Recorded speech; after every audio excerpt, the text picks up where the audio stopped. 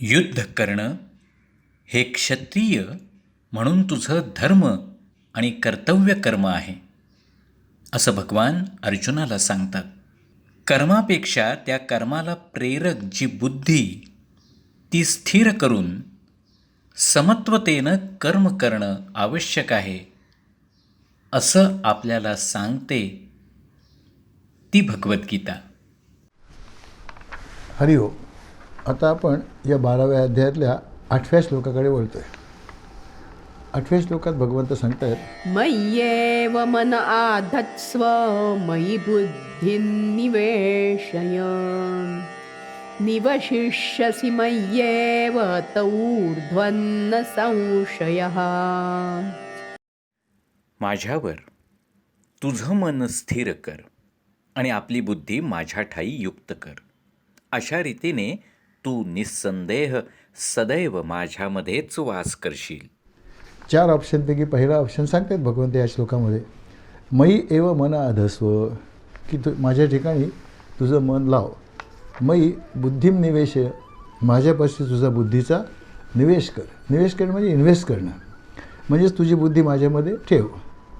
आता ऊर्ध्वम, यानंतर म्हणजे असं केलंस तर काय होईल, मयी एव निवश्यसी, तू कायम माझ्यापाशीच राहशील संशयानं, यामध्ये कसलाही संशय नाही, म्हणजेच तू नक्कीच माझ्यापाशी राहशील असं भगवंत सांगतात. आता असं वाटतं की भगवंताने किती सोपी साधना सांगितली आहे. किती सोपी आहे की आपलं मन आणि आपली बुद्धी भगवंतापाशी ठेवायची, म्हणजे तू कायम माझ्यामध्ये राहशील. मंडळी, वाचायला ही साधना खूप सोपी वाटते बरं का, पण फार कठीण आहे हो. कारण काय माहिती आहे, एक तर मन म्हणजे काय ते समजलं पाहिजे, ते कुठे कुठे धावतं ते समजलं पाहिजे, त्याला तिथून पकडून आणलं पाहिजे आणि भगवंतामध्ये लावलं पाहिजे. आणि बुद्धी तर पकडणं आणखीन कठीण आहे. त्यामुळे ही साधना वाटते तेवढी सोपी नक्कीच नाही आहे, किंवा फारच कठीण आहे. त्यासाठी अगोदर काय करावं लागेल, अगोदर बुद्धी म्हणजे काय ते समजावून घ्यायला लागेल. काय असतं, मन, बुद्धी, चित्त आणि अहंकार, हे 4 एकत्र केले त्याला अंतःकरण चतुष्टय असं म्हणतात. अंतःकरण चतुष्टय. आणि ह्या 4 गोष्टी अतिशय महत्त्वाच्या आहेत बरं का. आपल्या वृत्ती म्हणजे आपले विचार जेव्हा संकल्प विकल्पात्मक असतात तेव्हा काय होतं, तेव्हा त्यांना मन असं म्हणतात. संकल्प विकल्पात्मिका वृत्ती म्हणजे मन असं म्हटलं जातं. आता संकल्प विकल्प म्हणजे काय, संकल्प विकल्प म्हणजे असं की एकदा मनात असं येतं की आता असं करूया, संध्याकाळी वेळ आहे जरा ना, एखाद्या देवळात जाऊन येऊया. दुसऱ्या लगेच विचार मनात येतो की नको, आपल्याला दुसरीकडे पण जायचं आहे. तिसरा विचार येतो की आता देवळात जायचं असलं तर पोशाख कुठला घालावा. चौथा विचार येतो की नंतर देवळात जाऊन नंतर आपल्याला लग्नाला पण जायचं आहे, त्यामुळे आता कुठला पोशाख घालावा. असे अनेक संकल्प विकल्प आपल्या मनामध्ये चालू असतात. पुरुषांच्याही आणि मनामध्ये आणि बायकांच्याही चालू असतात. ते काय, आणि संकल्प विकल्प करणं हेच मुळे मनाचं कार्य आहे. आता ही जी उलटसुलट विचारांची आपल्या मनामध्ये गोंधळ चालू असतो ना, शेवटी काय होतं, आपली विवेकशक्ती जागृत होते. त्याला आपण इंग्लिशमध्ये फॅकल्टी ऑफ डिस्क्रिमिनेशन म्हणतो. म्हणजेच काय होतं की हळूहळू एका ठाम विचारावर आपण येतो की नाही आता असंच करायचं. ही निश्चयात्मिक जे होते ना संकल्प तुमचा, त्याला म्हणतात बुद्धी. तीच बुद्धी आहे, दुसरं काही नाही. आणि हिलाच भगवंताने दुसऱ्या अध्यायामध्ये व्यवसायात्मिका बुद्धी असं म्हटलं आहे बरं का. व्यवसायात्मक बुद्धी म्हणजेच जेव्हा विचार निश्चयात्मक होतात तेव्हा ते बुद्धीचं कार्य सुरू झालं. बघा कसं आहे, जणू काय आपला हा एक संगणक आहे, कॉम्प्युटर आहे. त्याच्यामध्ये सगळा जो डाटा आपण टाकतो तो काय होतं, हार्ड डिस्कवर साठवला जातो. सगळा हार्ड डिस्कवर साठवला जातो. तसंच आजवर आपण जे काही ह्या जन्मात आणि मागच्या इतर अनेक जन्मात जे काही केलं ना, जे अनुभव घेतले ते संकल्प रूपाने, संस्कार रूपाने आपल्या अंतःकरणावर कोरलेले आहेत. तो संस्कार कोरलेला असतो. असे जेव्हा ते संग्रहित अनुभव असतात ना, ते जेव्हा स्मृती म्हणजे आठवण म्हणून बाहेर येतात तेव्हा त्यांना म्हणतात चित्तवृत्ती. आता मन आहे, बुद्धी आहे आणि हे चित्त आहे, यांच्यामध्ये जे विचार असतात ना ते सारखे बदलत असतात सतत. हे करावं, ते करावं, वगैरे वगैरे.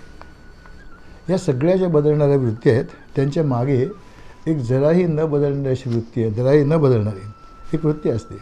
तिलाच म्हणतात अहमवृत्ती किंवा अहंकार. ही जी अहमवृत्ती आहे ना, ती सगळ्या इतर वृत्तींना आधार देते. आणि या 4 वृत्ती एकत्रित विचार केला तर त्याला म्हणतात अंतःकरण चतुष्टय. आता भगवंत काय सांगतात, मयी एव मन आधस्त्व, की तुझं जे मन आहे ते माझ्यामध्ये लाव. अर्थात मन भगवंतामध्ये केव्हा लावता येईल, जर भगवंत हे सर्वश्रेष्ठ आहेत अशी आपली निश्चित ठाम खात्री झाली तरच ना. ते सर्वश्रेष्ठ आहे, सर्वज्ञ आहे, सर्वव्यापी आहे, तशी खात्री व्हायला पाहिजे. आणि त्यांच्या सामर्थ्याबद्दलसुद्धा शंका असता कामा नये. श्रद्धा तिथे पाहिजेच. आणि भक्तांची तशी श्रद्धा असते ना, म्हणूनच ही साधना फक्त सश्रद्धा अशा भक्तांसाठीच आहे बरं का, इतरांसाठी नाही आहे. आपण आता पाहिलं की मन कसं आहे, केवळ संकल्प विकल्पात्मक आहे, म्हणजे मन आहे निवृत्तींचा सतत वाहणारा प्रवाह. सतत एकामागून एक विचार उडत असतात. आता बघा, विचार जरा तपासून पहा की आपले विचार किंवा संकल्प किंवा वृत्ती कशाबद्दल असतात हो सामान्यपणे.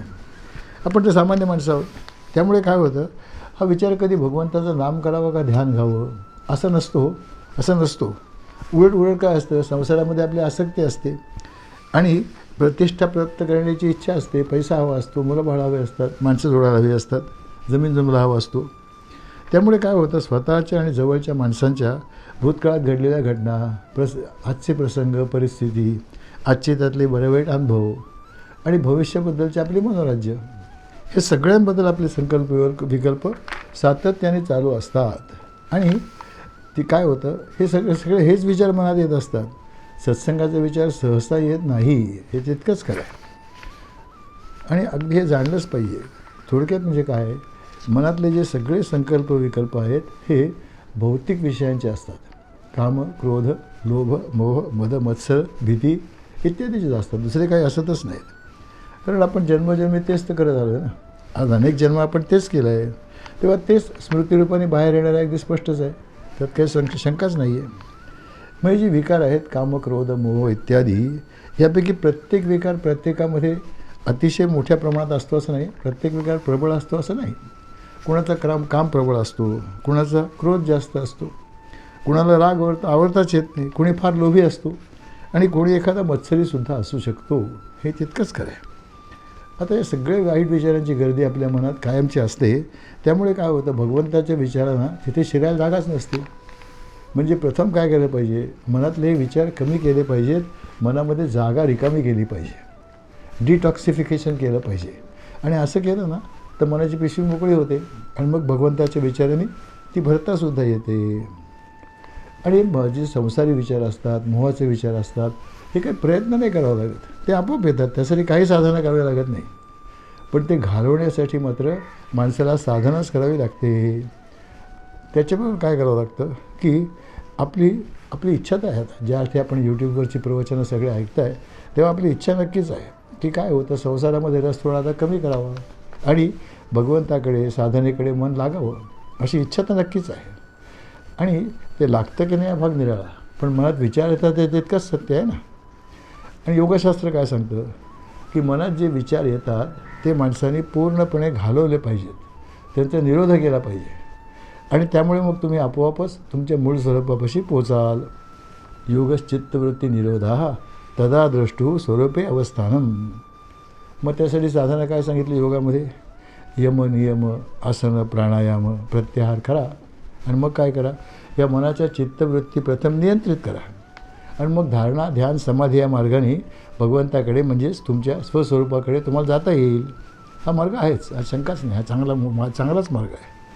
मग पण मंडळी, हा मार्ग सगळ्यांना साध्य होणार नाही हो, फार कठीण मार्ग आहे, फार कष्टाचा आहे.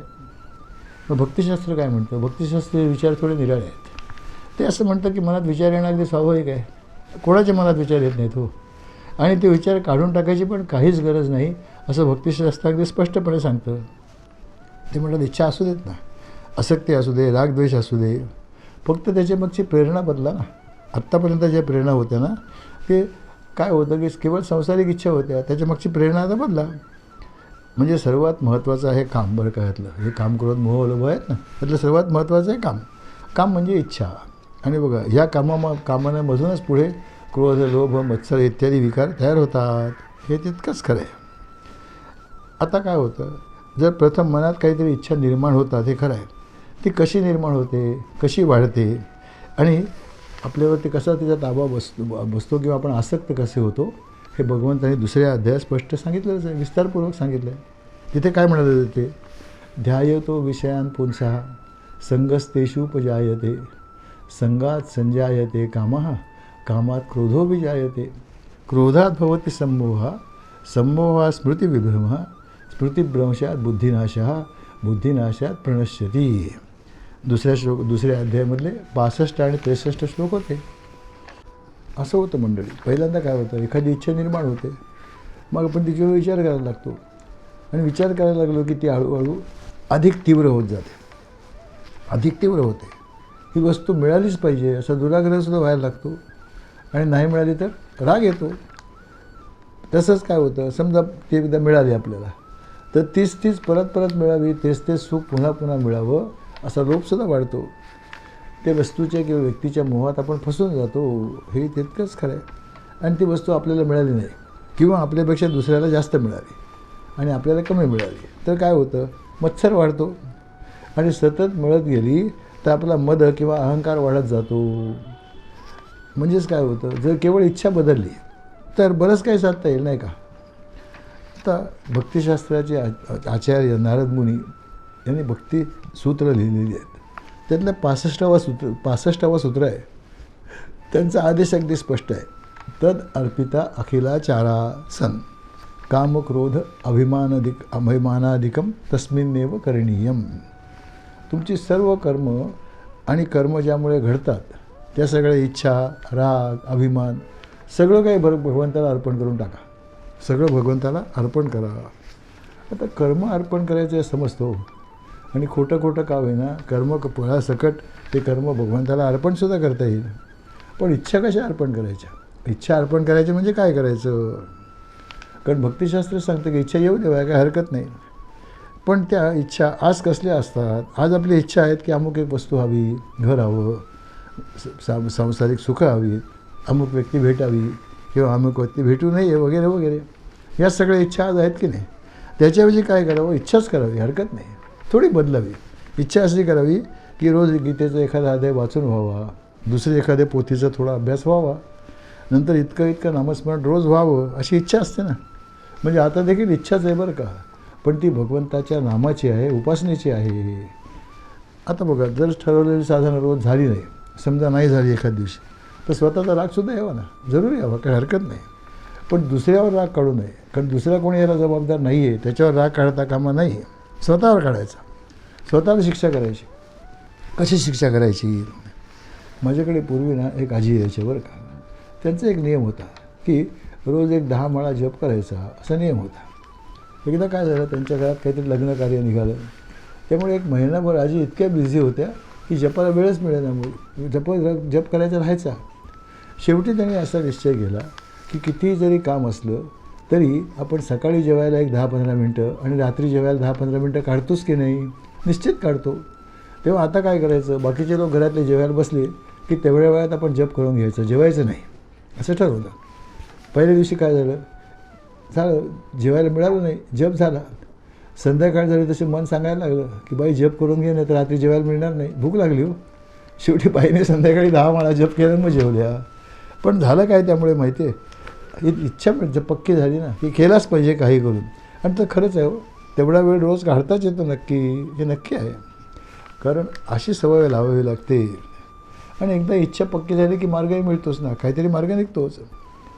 स्वतःचा जसा राग मी करणं करावा तसा लोभही वाढवावा ना, हरकत नाही. कसा वाढवावा की अधिक नामजप व्हावा, सांसारिक विचार जेवढे कमी करता येईल तेवढे कमी करावे. आपण कादंबऱ्या वाचतो, पुस्तकं वाचतो, पेपर वाचतो, मालिका बघतो, यातला वेळ थोडा कमी करावा ना, बघावं, खरावं, काय हरकत नाही, पण थोडं कमी करावं ना. आणि मग काय करावं, त्याबद्दल विचार करत नंतर बसू नये. कारण पुष्कळ वेळा काय होतं, आपण जे काही वाचतो म्हणा, बघतो म्हणा ना, तो थोडा वेळ असतं, पण त्याच्यावर विचार पुढे पुष्कळ वेळ करत राहतो. तसं करू नये. आता मोह म्हणजे काय हो, मोह म्हणजे केवळ कल्पनेचं साम्राज्य आहे, दुसरं काहीच नाही आहे, नुसतंच कल्पनेचं साम्राज्य. आपण आपल्या संसाराच्या बाबतीत केवढी मनोराज्य करत असतो सगळेजण. समजा आता आईवडील डॉक्टर असले, त्यांची काय इच्छा असते, 2 मुलं आहेत समजा, कल्पना करा. त्या दोघांची इच्छा अशी असते की असं करूया, आपण आपल्या दोन्ही मुलांना डॉक्टर करूया, वेगवेगळ्या खात्याचे स्पेशलिस्ट करू. म्हणजे काय होईल, आपण जो उभा केलेला एवढा व्यवसाय आहे तो हे दोघंजण चांगला सांभाळतील वगैरे वगैरे. आता वकील असला तर त्याला असं वाटतं की आपल्या मुलांनी वकिलीच करावी असं वाटतं त्याला. राजकारणी असला तर आपल्या मुलाने राजकारणातच यावं. व्यावसायिक असला तर आपल्या मुलाने व्यवसायात यावं अशी त्याची इच्छा असतात. आणि तशी ते मनोराज्यसुद्धा करत असतात बरं का, करत असतात. त्यामुळे मग आपण किती सुखात राहावी त्याची मागची कल्पना असते की आपण त्यामुळे खूप सुखात राहू. पण आता काय असतं बऱ्याच ठिकाणी ना, डॉक्टरांची मुलं डॉक्टर होत नाहीत असा अनुभव येतो. का बरं? अहो ते काय, मला एका मुलानं सांगितलं, एका डॉक्टरच्या मुलाने, ते म्हणे अहो मी माझ्या बाबांचं आयुष्य बघितलं आहे की दिवसभर श्रम, काही मेहनत करायची, रात्री येऊन गादीवर झोपतात आणि 10 मिनिटात कोणाचा तरी फोन येतो अर्जन्सी की लगेच जायला पाहिजे. त्यामुळे ते ठरवत असतो लहानपणापासून की काही दुसरं वाटेल ते करेल पण डॉक्टर होणार नाही. आणि ते होतही नाहीत डॉक्टर. अनेक डॉक्टरांची मुलं डॉक्टर नाही आहेत. आणि आता असं झालं की काय होतं, हे पती पत्नी नाराज होतात कारण आपलं व्यवसाय नंतर कोण सांभाळणार असं त्यांना वाटतं. तीच गोष्ट इतर सगळ्यांची होते, वकिलांची काय, राजकारण्यांची काय, तसंच होतं. लहान मुलं जेव्हा असतात ना तेव्हा लहान मुलगा काय असतो, अगदी आईवडिलांच्या भोवताली असतो बघा. कारण त्याचं सगळं भावविश्व, विचारविश्व हे त्या दोघांच्या भोवतीच फिरत असतं. आणि त्यामुळे मग काय होतं, आईवडिलांमध्ये मनोराज्य सुरू होतात की आता मुलगा मोठा होईल, मग आपण त्याला एक छान मुलगी शोधू आणि मग ते दोघंजण मिळून आपली चांगली सेवा करतील वगैरे वगैरे. पण होतं काय, मुलगा मोठा होतो बरं का, मुलगा मोठा होतो, त्याला तो छान नोकरी व्यवसाय करायला लागतो, त्याला एखादी मुलगी शोधतात, त्याचं लग्न होतं आणि त्याला पुढे मग मुलं-बाळंसुद्धा होतात. पण आता काय होतं, त्याचं एक वेगळं विचारविश्व तयार होतं, भावना विश्व आणि विश्व वेगळं तयार होतं. म्हणजे त्या विश्वामध्ये आईवडिलांना स्थान जरूर असतं बरं का, नसतं असं नाही आहे, असतं. पण पहिल्या इतकं सर्वश्रेष्ठ स्थान नसतं. मग त्याचं काय केलं, ते त्या आईवडिलांसाठी करतो हो, मुलगा काय सून काय करतात, पण मग ते कर्तव्य म्हणून करतात, प्रेमाने नाही, कर्तव्य म्हणून करतात. आणि मग आईवडिलांची चिडचिड होते, रागराग होतो, हे तर सगळीकडेच पाहायला मिळतं. आता ही जी मनोराज्य आहेत, हा जो मोह आहे, हा भगवंताकडे कसा वळवायचा. प्रत्यक्ष पाहिलेलं एक उदाहरण सांगतो म्हणजे लक्षात येईल. माझ्या ओळखीच्या एक बाई आहेत म्हणजे होत्या, आता नाही आहेत, आता त्या देवाकडे गेल्या. काय व्हायचं, त्यांच्या मुलाचं लग्न झालं होतं, घरात सुनबाई होती, नातवंड होती, पण समभाव त्यांचं एकमेकांचं काही जमायचं नाही. आता परिस्थिती खूप चांगली होती बरं, गावाला त्यांचं घर होतं, शेती होती. मुलांनी काय केलं, गोड बोलून त्यांना गावाला नेऊन ठेवलं. एकटं नाही ठेवलं, तिथे स्वयंपाकाला बाई ठेवली, नोकर ठेवली, सगळं. बाईंना काही करावं नव्हतं लागत. पण काय होत होतं, सगळं होत होतं, पण नातवंडे भेटत नव्हती, प्रेम जिव्हाळा नव्हता. त्यामुळे ते बाई फार दुःखी व्हायच्या, खूप दुःखी व्हायच्या. त्यांनी काय केलं, एक उपाय केला. त्यांना ना रामाची भक्ती होती त्यांची. त्यांनी मुलाला सांगितलं आणि रामाची एक संगमरवरी मूर्ती घेतली मागवून 2-2.5 फुटाची. आता जुन्या काळचं ते तुम्हाला खेडेगावातली घरं माहिती आहेत की पहिल्यांदा गेलं की मग ओटी, पडवी, माजघर सगळं असतं. आणि चांगली मोठी असतात माजघरं. तरी त्यांच्या माजघरातच ती मूर्ती चांगली बसवून घेतली बरं का. एक छोटासा ओटा बांधून त्याच्यावरती मूर्ती बसवली. आणि मग काय व्हायला लागलं, रामाची भक्ती तर होतीच, त्यामुळे मग ती मूर्ती नसून तर सजीव राम आहे असं त्यांना वाटायचं बरं का. मग त्या रामाला आंघोळ घाला, त्याची पूजा करा, त्याचा नैवेद्य दाखवा, धूपारती, सांज आरती, शेजारती वगैरे करण्यात त्यांचा वेळ जायला लागला. आणि ते मला नेहमी सांगायचे, बघा हा रामराय आहे ना, हा माझ्याशी बोलतो बरं का काका, माझ्याशी बोलतो. आणि मी त्याला सगळी माझी सुखदुःख सांगते आणि तो माझी समजूत पण घालतो. आता मला सांगा, हे खरोखरच त्या तसं मानतात हो. आणि पहा ना, हळूहळू काय व्हायला लागलं, त्या खरंच सुखी व्हायला लागलं ते भक्तीमध्ये. आणि मग रामाच्या संध्याकाळच्या आरतीला आसपासची माणसंसुद्धा यायला लागली गावातली. त्यामुळे हळूहळू त्यांचा वेळ चांगला जायला लागतात, रमून गेल्या पूर्णपणे. आणखीन एक उदाहरण सांगतो. अमरावतीच्या एक संत महिला आहेत बरं का, विदर्भात अमरावती आहे ना, तिथल्या आहेत त्या. फार मोठे विदुषी आहेत खूप, आणि अतिशय वाचन दांडगा आहे, अभ्यास दांडगा आहे, पंडित आहेत, अनुभूती आहे, सगळं काय. त्यांचं सहज बोलणंसुद्धा हितोपदेश असतो. आणि त्या पंचदशी, उपनिषद, वेदांत याच्यावर प्रवचनं करत असतात बरं का, मोठे अधिकार वाणी लागले. आणि अत्यंत रसाळ, हे नक्कीच आहे. अगदी सामान्यांना समजेल अशा भाषेत ते वेदांत सांगतात. त्यांच्या चरणापाशी बसून त्यांच्या अमृतवाणीचा भरपूर आस्वाद मी माझ्या तरुणपणी घेतला बरं का, खूप घेतला. त्यांनी त्यांच्या एकदा प्रवचनामध्ये एका महिलेची कथा सांगितली होती, ती मला आठवते. त्या सांगायच्या की गावात एक कृष्ण मंदिर होतं, त्या मंदिरात एक बाई राहायच्या, म्हाताऱ्या बाई तिथे राहायच्या, एकट्याच होत्या, विधवा होत्या, एकट्याच. त्यांच्याजवळ बाळकृष्णाची एक मूर्ती होती. आणि त्या बाईनं इतक्या कृष्णमय झाल्या होत्या की जणू काही तो खरोखर रांगणारा बालकृष्ण आहे असंच त्यांना वाटायचं हो. सकाळी उठल्यापासून रात्रीपर्यंत सतत त्यांचं त्या बालकृष्णाचं काहीतरी चालू असायचं. समजा देवळात कोणी आलं, थोड्या वेळ त्याच्याशी बोलायचे सुद्धा, हरकत नाही, पण मध्येच उठायचे, म्हणे चला स्वयंपाकाला लागलं पाहिजे, 11 वाजले. अहो माझ्या बालकृष्णाला अगदी 12 वाजता जेवण लागतं बरं का, नाही तर फार त्रास देत होतो. दुपारी देवळात कोणी आलं मोठ्याने बोलायला लागलं, अहो मोठ्याने बोलू नका, माझा बालकृष्ण उठेल ना. आता या दोन्ही बायका काही वेडसर नव्हत्या, लक्षात घ्या, मी त्यांना ओळखतो चांगला. डोक्यावर त्यांचा काही परिणामसुद्धा नव्हता झालेला, काही नाही. त्यांचे सगळे इतर व्यवहार अगदी चोख होते बरं का. पण त्यांच्या दृष्टीने त्यांचा राम म्हणा किंवा त्यांचा जो कृष्ण म्हणा, हे दगडाची मूर्ती नव्हते हो. प्रत्यक्ष राम होता, प्रत्यक्ष बालकृष्ण होता. आता हा मोहच आहे ना, हा मोह चालेल ना, हा वाईट नाही हो, सन्मार्गाला नेणारा मोह आहे, काय वाईट नाही याच्यात काही. आता ही झाली उदाहरणं स्त्रियांची. पण काय असतं, स्त्रियांना जास्त जमतं ते कारण त्या भावनाशील असतात, अशा कल्पना त्या सहज करू शकतात, त्यात काही शंकाच नाही. तसंच लहान मुलांचं सुद्धा असतं बरं का. लहान मुलांचं मन इतकं शुद्ध असतं की ती मूर्ती बोलते, मूर्ती खाते असं त्यांना खरंच वाटतं. अहो एवढं कशाला, गोष्टीतले कावी चिवूसुद्धा बोलतात असं त्यांना खरं बघा वाटत असतं. आणि हे अगदी खरं आहे, या निरगसपणाला भगवंतसुद्धा दाद देतात बरं का. आता छोट्या छोट्या रामदेवाच्या हातून विठ्ठलाने प्रत्यक्ष जेवले, हे काही केवळ कल्पना नाही हो, हे अगदी सत्य आहे. अहो लहान मुलांचं सोडा, अगदी गोंदवलेकर महाराजांनी सुद्धा अतिशय करुणेने रामाच्या मूर्तीची प्रार्थना केल्यावर त्या गोंदवलेच्या त्यांच्या रामाच्या मंदिरातून अश्रू आले हो. आणि ती राममूर्ती आज देखील गोंदवले गावाच्या राम मंदिरात आहे, हे खरं आहे. रामदासांना तर आता बघा ना, रामदासांनासुद्धा त्या नाशिकच्या काळ्याराममधल्या मंदिरामधला जो मारुती आहे त्यांनी प्रत्यक्ष हे दिला की अनुग्रह दिला की हे, आणि त्यांचं जीवन पूर्णपणे बदललं, हे तितकंच खरं आहे ना. आता ते तर फार मोठ्या मोठ्या माणसं आहेत हो, मी त्यांच्या प्रसंगाला देखील पुरणार नाही. पण माझ्या जीवनातसुद्धा अशी गोष्ट घडली ना की साईनाथांनी मला स्वप्नदर्शन दिलं आणि एका क्षणामध्ये माझं संपूर्ण जीवन बदलून गेलं की हे नक्कीच आहे. ते मलाही जाणवतं, इतरांनी जाणवतं, अगदी खरं आहे. आणि हे केवळ मोह नाही, ते कल्पना नाही, तर हे सत्य आहे बरं का, असं होतं, हे अगदी खरं आहे. आता ह्याच्यात पुढे बराच विचार करावा लागेल, तो आपण अर्थातच पुढच्या प्रवचनात करूया. हरिओम.